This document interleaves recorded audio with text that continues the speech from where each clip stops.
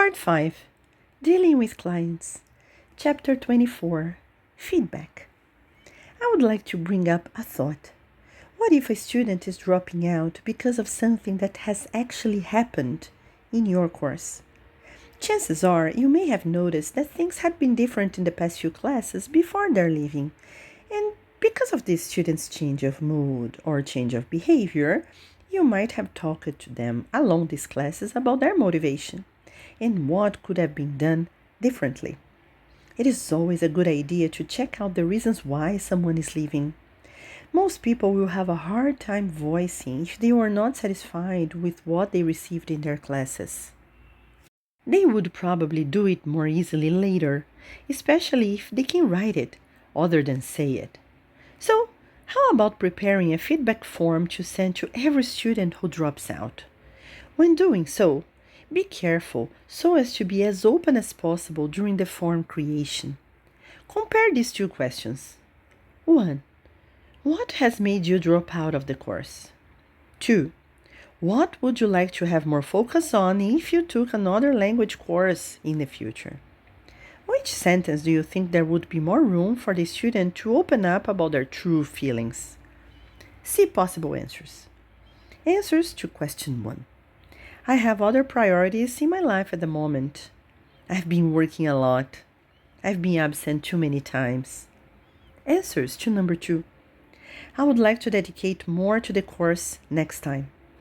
I would like to have more speaking opportunities in class. I would like to have private lessons or lessons with other people.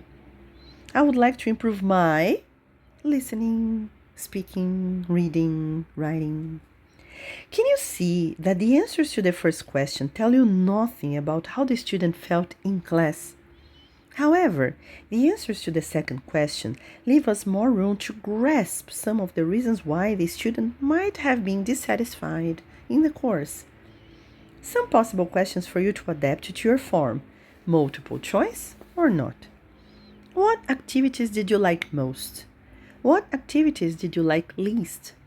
What usually motivated you to study outside the classroom?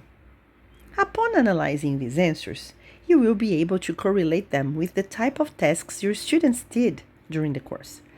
Another question that you might want to include in the form could be something along these lines. What did you like about our classes together? What would you like to be different? Please, be as honest as possible so that you can help me improve even more in the future. I know that not everybody feels comfortable telling us something they didn't like. Such people will not say anything bad. But most people will tell us how they felt about their course. Even though we may not feel so comfortable hearing the truth, we should truly assess it reasonably. Remember not to take things personally. Remember, this is a business, and a positive growth method is to understand from your client what is working and what is not, from their perspective. Does it mean that they will always be right? Absolutely not. Some people do have distorted views of the reality. Despite this factor, it is always better to know how they feel, what happened, what has led their decision, in order to analyze ourselves, noticing whether there are points to be improved. For the same reason, you can send them other kinds of feedback forms for certain periods of your course together. Every year, every 6 months, at the end of each contract. You can define the best periods of time according to the kinds of contracts you have with your students. By doing so, you'll be able to make adjustments throughout their course. Some teachers don't feel comfortable with this kind of forms during the course, for they feel their student might feel uncomfortable filling out a form, informing something they are unhappy about, then having a class with them. They believe some students' answers might not cover the entire truth. If you feel the same, you can ask similar questions informally at the end of a class, without the student realizing that they are being assessed, such as, for our next contract, our next course, or next year, what areas would you like to focus on more?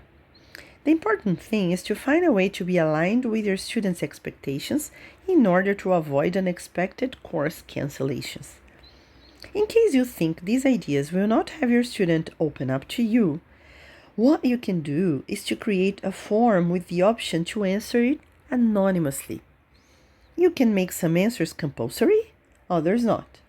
While creating it, you can choose varied types. Options: A, B, C, or D. You can add as many options as you want. Classification: rating 1 to 5, or just rating from 1 to 5 stars. Text: they can write what they like and what they would like to be different. My tip is that you create a form with a mix of them. There are people who will prefer to write, whereas others will only choose easier and faster options. One thing I can tell you: even though there might be uncomfortable truths being brought up by these forms, there will also be extremely encouraging answers for you to consider in terms of your development as a teacher and teacherpreneur. Don't be afraid of giving it a try.